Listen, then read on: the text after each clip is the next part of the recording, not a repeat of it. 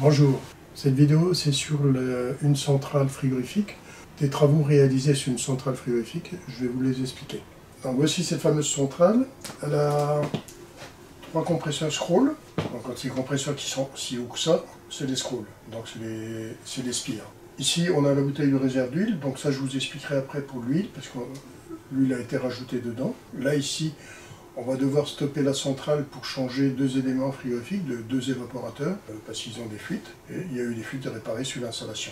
Donc ici, on a 4 pressostats BP, dont un de sécurité, et les 3 autres qui sont ici sont régulation 1, 2 et 3. Les compresseurs sont régulés pressostatiquement. Auparavant, c'était une régulation électronique, mais je ne sais pas comment ça s'est, ça a été supprimé pour les mettre en mécanique.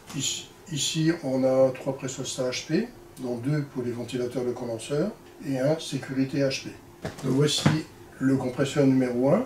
Bon, c'est sur celui-ci que je vais travailler, ça ne sert à rien de travailler sur les 2 autres pour moduler, ce que l'on fera par la suite, je vous montrerai, les vannes, je les fermerai d'aspiration. Donc ici vous avez la vanne de refoulement, ici la vanne d'aspiration. Je vais fermer les 3 vannes pour éviter remonter la pression sur l'aspiration parce que je vais rappeler les gaz.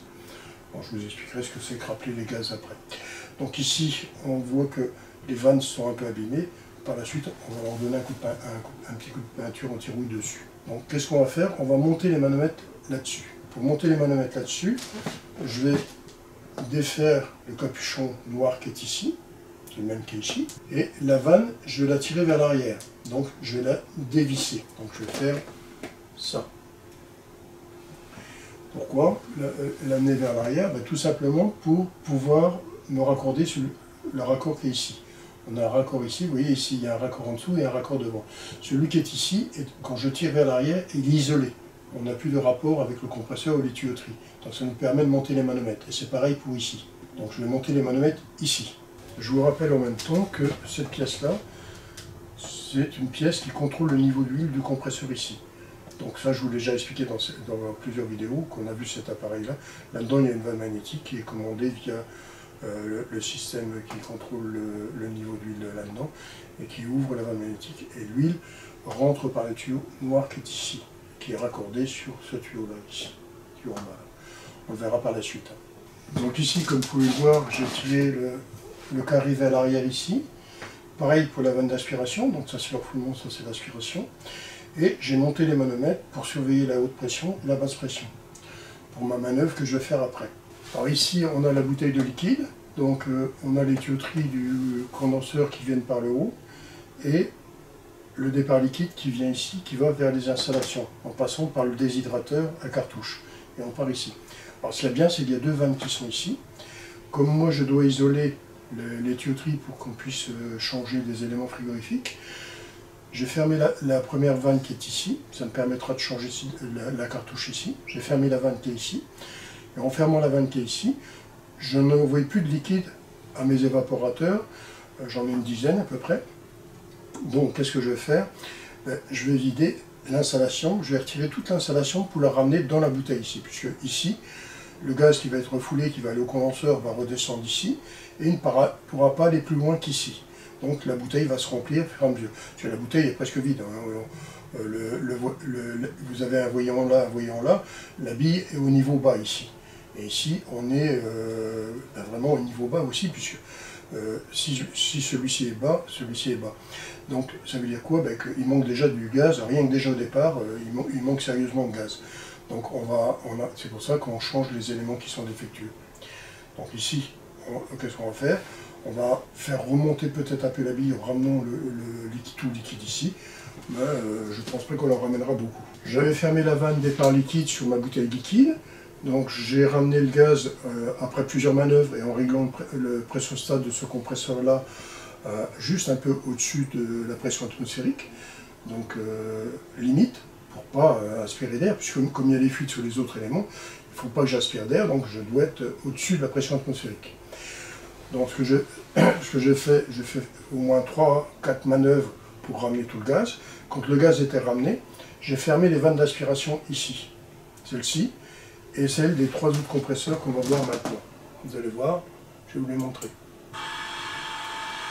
Donc ici, vous voyez, cette première vanne est fermée, Et on va voir les autres qui sont derrière. Celle-ci est fermée et celle-ci est fermée. Donc j'ai fermé mes 3 compresseurs de façon à ce que s'il y a une petite fuite HP intérieure, que j'ai pas une remontée de pression et que, bon, que ça m'envoie du gaz dans les installations qu'on a ouvertes. Donc les vannes, les éléments qui sont à changer, il y a des vannes dessus, on les fermera, aussi bien la vanne départ liquide sur enfin, la vanne qui alimente l'évaporateur et la vanne qui retourne vers le compresseur, donc la vanne d'aspiration et la vanne liquide. Il y en a sur chaque évaporateur, ce qui est génial. Donc on les isole tous les deux et on va pouvoir se permettre de continuer nos manœuvres le temps que les évaporateurs seront changés. Il est évident, bien sûr, que comme tout est arrêté, que les vannes sont fermées et tout, par sécurité, les compresseurs sont mis à l'arrêt. La puissance, j'ai descendu les disjoncteurs magnétothermiques de puissance pour pas que ça tourne, on ne sait jamais. Donc ici, comme vous pouvez voir, c'est la bouteille de liquide avec le retour condensateur ici.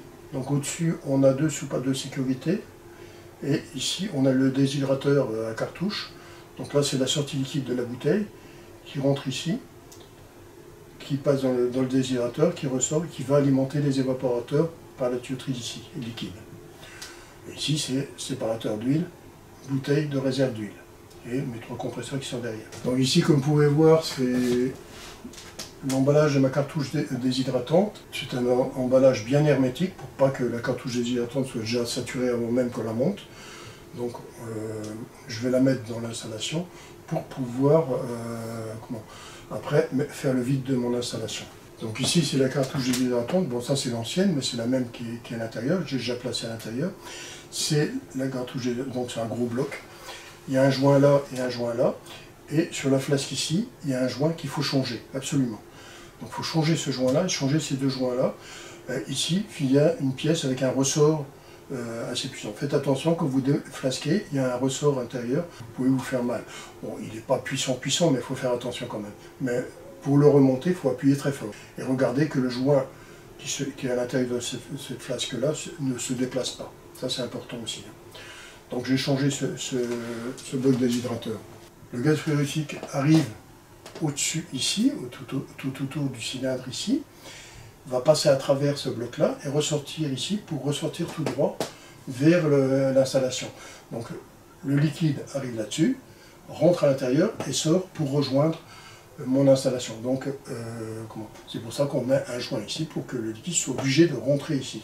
Donc on oblige le liquide à traverser le bloc ici déshydratant, qui retiendra en même temps les crasses. Donc ici, qu'est-ce qu'on a? On a 2 soupapes de sécurité, c'est obligatoire de poser 2 soupapes, pour que si une ne tombe en panne, l'autre est toujours là. Les 2 soupapes de sécurité sont mis en haut de la bouteille. Toute bouteille de liquide doit avoir des soupapes de sécurité. Donc ici, on a la ligne d'enfoulement, et ici, la ligne liquide qui revient sur la bouteille. Alors, je ne sais pas ce qui s'est passé, vous voyez la différence de couleur de tuyauterie, jusqu'au compresseur numéro 1, c'est comme ça. Bon, comme c'est une installation qu'on a repris, je ne sais pas ce qui s'est passé avant, mais ça a chauffé sérieusement. D'ailleurs, le compresseur, on voit sur la tête du compresseur là-bas, numéro 1, lui, il a la peinture qui est boursouflée, tellement ça a chauffé. Alors, donc ces 2 tuyauteries-là sont différentes des installations qui sont ici. Ça, c'est la ligne liquide et l'aspiration d'un compresseur surgelé qui est à part. Donc pour me permettre de travailler derrière la vanne ici, j'ai une vanne qui est ici, avec un écrou 1,5. Alors on a fait une pièce spécifique avec un écrou 1,5, un cuivre 1,5, avec un tube à quart soudé dessus pour pouvoir se raccorder pour mettre la pompe à vide et la bouteille de liquide pour charger. Donc dans cette position-là, la vanne est tirée vers l'arrière de façon à isoler cette partie-là de l'installation. Qu'est-ce qu'on va faire? On va pomper au vide la partie de là et après pomper au vide le truc. Donc on va pomper au vide le tuyau, plus les manomètres qui sont raccordés sur la pompe à vide et sur la bouteille de gaz prêt à être chargée. Donc ici, on a un tuyau qui va sur le manomètre, on verra aussitôt. De ce manomètre, on a un tuyau qui va sur la pompe à vide et un autre raccord qui va sur la bouteille de gaz prêt à être chargée. Donc c'est des bouteilles qu'on changera régulièrement. Donc vous voyez ici la bouteille de gaz qui est ici, on a vu la pompe à vide qui est dessus, et ici qu'est-ce qu'on a? On voit qu'on est en train de descendre au vide tout doucement. On a un vacuumètre plus loin, électronique, et on voit qu'on descend, il est mis sur le compresseur. Donc là on descend déjà en pression, on voit qu'on a le vide qui est déjà bien fait. Donc tous les tuyaux vont être vidés de leur air pour pouvoir être sur l'installation. Donc ici cette bouteille là va être prête à charger. Donc ce genre de bouteilles, je ne sais pas d'où elles viennent, elles étaient sur place, nous c'est des neufs, je ne sais pas qui a commandé ça, mais ça ne me regarde pas. Ces bouteilles là, c'est des bouteilles, quand vous les branchez comme ça, c'est de la vapeur qui sort, mais il faut les retourner pour charger en liquide, parce qu'on va charger en liquide notre installation, puisque on charge du côté liquide, on craint rien. Donc ici sur l'installation, qu'est-ce qu'on a fait? On a tiré cette vanne-là vers l'arrière, après on a pompé au vide tout le circuit. Donc tout le circuit a été pompé au vide pendant 4 heures minimum. Donc il n'y a pas d'air qui est rentré dedans parce qu'on a isolé directement les deux évaporateurs en fermant les vannes et que cette partie-là qui a été ouverte pour changer la cartouche déshydratante. Donc 4 heures de mise au vide, c'était largement. Donc on a pompé au vide tout le système. Dès que le vide a été fait, cette vanne-là était refermée un peu de façon comme une vanne normale, refermée de façon à pouvoir pomper au vide, parce que tant que cette vanne-là, au départ elle a été tirée vers l'arrière pour pouvoir pomper au vide tous les manos et tout ça avant d'ouvrir le circuit. Après on a retourné d'un quart de tour, voire un demi-tour ici, pour pouvoir être en relation avec le circuit ici. Donc ça a été pompé au vide. Et maintenant, on envoie le liquide. Alors, qu'est-ce qui se passe ici? C'est que, comme la vanne est fermée ici, le liquide va rentrer facilement dans l'installation. Il va rentrer comme une lettre à la poste, c'est mis au vide ici. Donc, le liquide va rentrer à toute vitesse dedans.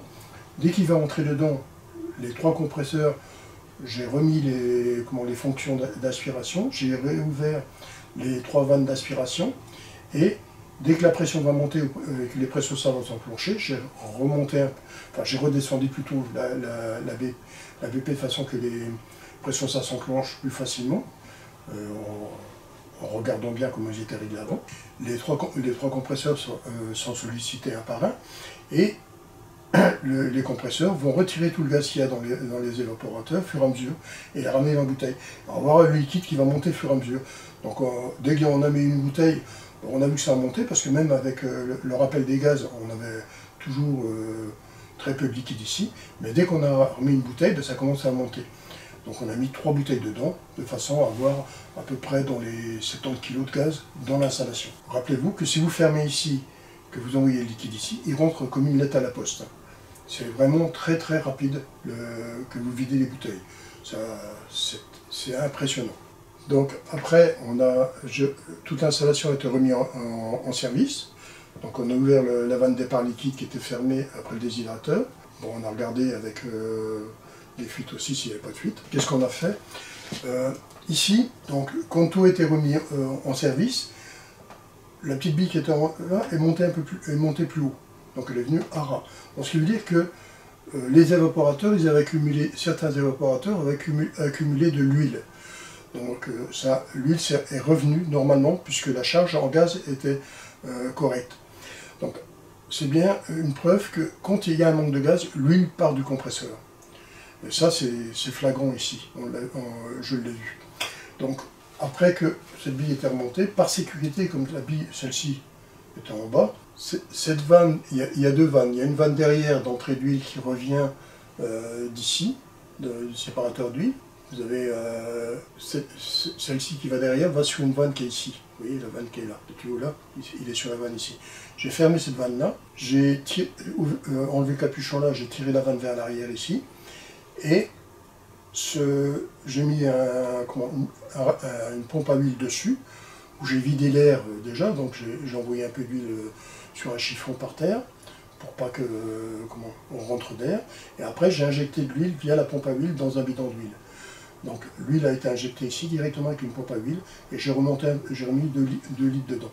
Comme ça j'étais tranquille, sûr et certain qu'il y avait de l'huile dans l'installation. Et après, j'ai retiré ma vanne, j'ai réouvert doucement en faisant attention de ne pas mettre d'huile autour. Vous voyez, il n'y a pas eu d'huile autour. Hein. Ça c'est après la manœuvre, hein, que c'est comme ça. J'ai oublié de prendre des photos dessus, mais je vous l'explique maintenant. Donc ici, vous voyez, il n'y a pas de traces d'huile. Voilà. Ça a été fait très proprement. Donc ici, C'est comme ça qu'on a remis de l'huile. Donc l'huile, vous pouvez la remettre ici. Mais surveillez de bien fermer ici parce que la pression monte à cause du retour HP qui est ici. Donc ça peut être ennuyeux avec la pompe à huile pour pousser dessus. Là, je vous montre le niveau d'huile. Donc ici, vous voyez, c'était ici à ce niveau-là. Quand on est arrivé sur l'installation, vous voyez, il n'y avait pas assez d'huile dans notre réserve ici. Elle était vraiment au niveau bas. Mais ça, après qu'on ait fait tourner l'installation, l'huile a remonté ici, la bille était en haut, par contre celle-ci n'était pas soulevée. On a rajouté de l'huile un peu pour pouvoir avoir celle-ci un peu soulevée. Voilà, la vidéo est terminée.